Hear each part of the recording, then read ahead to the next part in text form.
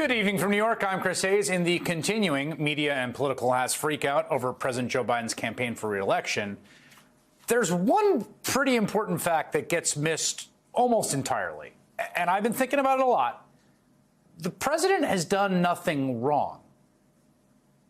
You wouldn't know that from a lot of the coverage. Part of what has been weird and difficult about this news cycle day in, day out is that Biden's political future is being covered like a scandal. Right? And we have seen plenty of presidential scandals in recent years. We've seen a president get impeached twice in one term for behavior that's completely beyond any standard of decency or sanity, including attempting to end the American constitutional republic. We've seen a civil jury conclude the ex-president also sexually assaulted a woman and continually defamed her. We've seen that former president indicted for election interference, convicted of 34 felony counts of falsifying business records. And just to be clear again, Joe Biden has done nothing like that. As president, he's reached out to build a political coalition that has managed some really genuinely shocking policy victories, things I truly didn't think were going to happen. He held that coalition together long enough to pass the American Rescue Plan, the Inflation Reduction Act, the bipartisan infrastructure improvements, the first gun safety reforms in decades. He completed the long overdue U.S. withdrawal from Afghanistan and took heat for its chaotic execution. And he's led America through the aftermath of COVID, incredibly difficult era, and the best economic stewardship in the developed world with humility and industry. So at the heart of all this, right, the heart of what we're talking about when we're talking about this story and the coverage of it is not a scandal. There is no wrongdoing. The heart of it is the fact that an old man has gotten older. And he's gotten older in ways that are not necessarily predictable because aging isn't, after having the most stressful job in the world for 3 years. And it has very clearly taken a toll on him. We can all see that. And now, in the next 4 months, he has to do the only thing that may be harder than being president, more stressful and more demanding, which is to be president while also running for re-election. Those are both full-time jobs. Beyond the incredible media feeding frenzy that feels like a scandal is the one very obvious question, which is, at 81, having been the president now, with all that stress, is President Biden capable of enduring the unbelievably taxing task of running the country and being a candidate who can persuade unpersuaded American voters in order to defeat Donald Trump? That is genuinely a difficult thing to do at any age, but particularly when you're 81. The White House has tried to tamp down on all this. They've been reaching out to congressional leaders and trying to signal that it was kind of case closed, right? All this talk after the debate of is Biden going to go or not?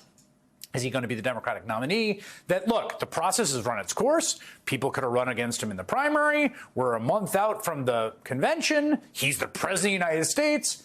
Everything's run its course. It is what it is. Everything else is noise. But ultimately, I think what is weighing very clearly in public and private on all members of the Democratic Party and the larger Democratic coalition is Joe Biden's ability to run the campaign necessary to run against the headwinds he faces, part of which is questions about his age, and defeat the threat from Donald Trump. And again, we don't know the future, but the data we have right now does not look good. It just doesn't. And for anyone watching this, right, who's thinking that they're sick of the pundits and the know-it-alls and also the stress of this hand-wringing, I have found this pretty tough to cover and watch as well, right? It is wrenching in a certain way, partly because the stakes are so high. But it's worth listening to some of the Democratic voices who are now expressing doubts publicly, because they are people who've known Biden and the political stakes for years. And these people aren't glib, and they're not just like tossing off columns. People like moderate Colorado Senator Michael Bennet, who on Tuesday night became the first Senate Democrat to just publicly say President Joe Biden can't win the election. He confirmed that he had told his colleagues as much in a private meeting on Capitol Hill. Donald Trump is on track, I think, to win this election and maybe win it by a landslide and take with him the Senate and the House. And so for me, this isn't a question about polling. It's not a question about politics. It's a moral question about the future of our country. And I think it's critically important for us to come to grips with what we face if together we put this country on the path of electing Donald Trump. Now, the Bennett interview stood out to me. He didn't actually call for Biden to step down, but you could kind of intuit that. It stood out to me because in a Senate that's, full of a lot of grandstanders and showbitters, Michael Bennett is not that. He's not a guy who goes out of his way to get a ton of attention. He's clearly saying this, again, in that kind of halting, anguished way because he believes it. And because it's what, again, all the available data we have is showing right now, imperfect as it may be. Now, in the past hour, Bennett's Democratic colleague, Senator Peter Welch of Vermont, published an opinion piece in the Washington Post calling for Biden to drop out of the race. He's the first senator, I believe, on the record calling for that. This morning, former House Speaker Nancy Pelosi weighed in. Now, no one has more experience and more of a stake in leading Democrats to unify and get in line for the good of the party than Nancy Pelosi, and here's what she said. Does he have your support to be the head of the Democratic ticket? As long as the president has it's up to the president to decide if he is going to run. We're all encouraging him to make that decision because time is running short. I think overwhelming support of the caucus. It's not for me to say. I'm not the head of the caucus anymore, but he's beloved.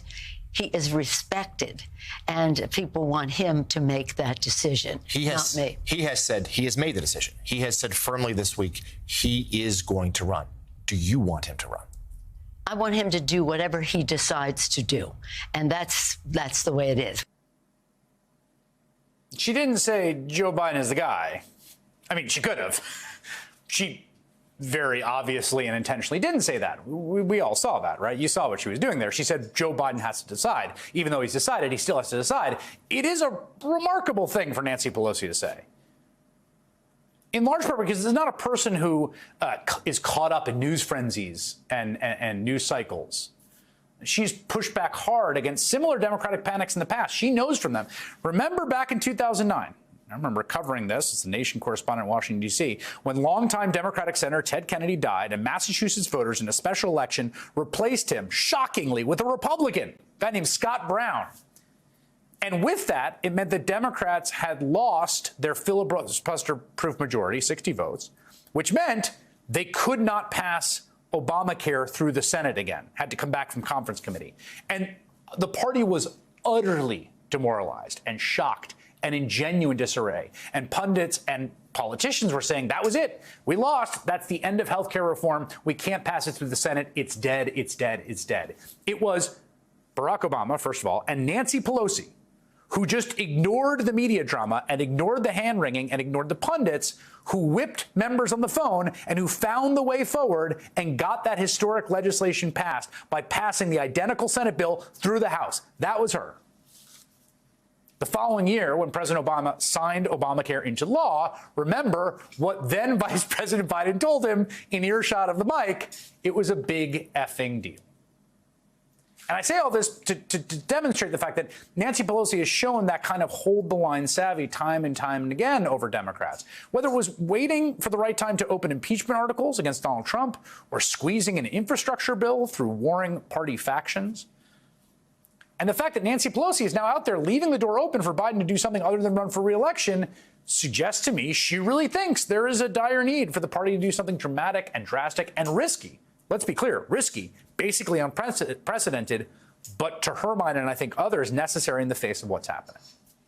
And she's obviously hedging, but it speaks to the depth of people's concerns, especially among those who have known the president for years, like actor and Democratic activist George Clooney, who has been toasted by the president for the Kennedy Senator Honors, who held a fundraiser for Biden just weeks ago. And in a New York Times opinion piece today, Clooney declared it was time for Biden to step down, writing, "I love Joe Biden," he wrote. "I consider him a friend and I believe in him, believe in his character, believe in his morals. In the last 4 years, he's won many of the battles he's faced. But the one battle he cannot win is a fight against time. None of us can. It's devastating to say it, but the Joe Biden I was with 3 weeks ago, the fundraiser, was not the Joe big effing deal Biden of 2010. He wasn't even the Joe Biden of 2020. He was the same man we witnessed at the debate. We can put our heads in the sand and pray for a miracle in November, or we can speak the truth. Joe Biden is a hero who saved democracy in 2020. We need him to do it again in 2024. Clooney's observations are not unique. Joe Biden is a decent man who, like I said, has done nothing wrong. He hasn't been caught in a scandal. He is just aging. And that reality makes him, I think, increasingly likely to lose re-election to a Republican candidate who, again, is just a few years younger, we're going to be in the same boat a few years from now, we elect him, and who has done a lot wrong, a shocking amount wrong, and who's promised to do more wrong if he wins. And again, there is no conversation about whether he should drop out because that candidate's party is too afraid to ask him to step aside or do anything against him, because any suggestion from any Republican that Donald Trump should step aside for the good of their party or the country or face accountability for his many crimes and sins is met with rabid rhetorical attacks, excommunication, and often death threats. Hey there, MSNBC fans. I'm Luke Russert, and be sure to join me, Rachel Maddow, Jen Psaki, Lawrence O'Donnell, Steve Kornacki, Joy Reid, and many more September 7th in Brooklyn, MSNBC Live Democracy 2024. Click on the link for ticket information. We will see you there.